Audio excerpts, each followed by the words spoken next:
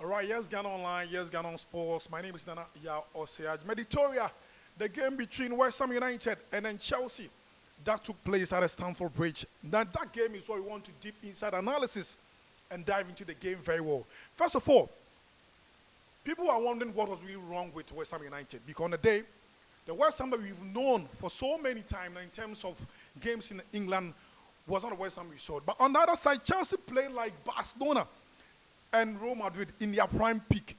For some time now, if you follow Chelsea very much, you've seen Chelsea in their games in the EPL.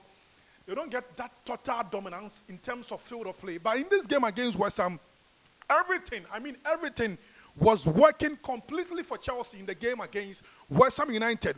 Looking at the front three, the way they were gelling together in terms of going for attacks in the penalty yard box of West Ham, to tell you that Chelsea really went to the game very well to at least get that massive win over West Ham. Now, not to forget that we also saw the midfield for Chelsea. On the day, Paqueta and Kudus and Antonio were lost in the game. These three key players of West Ham that I felt could have at least get the control for West Ham in terms of dominance for the London Giants were totally lost from the game. So you saw the lines of Moise Caicedo getting the flea passes in the midfield for Chelsea. Indeed, Chelsea played very well for some time now.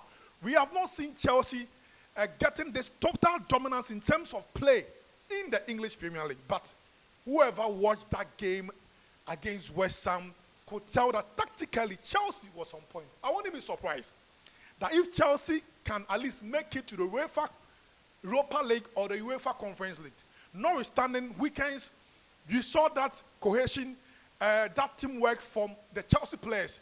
Now, one thing is that the Chelsea team is not missing Enzo Fernandez.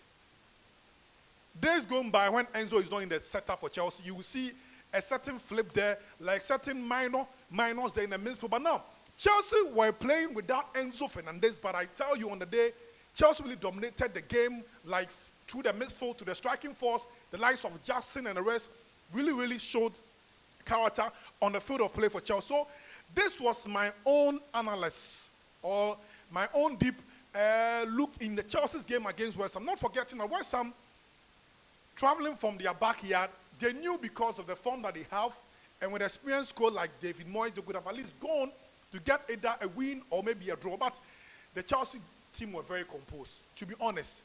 If you watch Chelsea in their last two matches, indeed, everything seems to work very well for the Blues. So I think kudos to coach himself and the Chelsea team. To me, I think on the day, Chelsea exhibited quality football in terms of dominance, holding of the ball. Teamwork was what really worked out for Chelsea. This was my own views and analysis that I really observed between the game between Chelsea and West Ham. This is Yes Ghana Online. Make sure you drop your decent comments.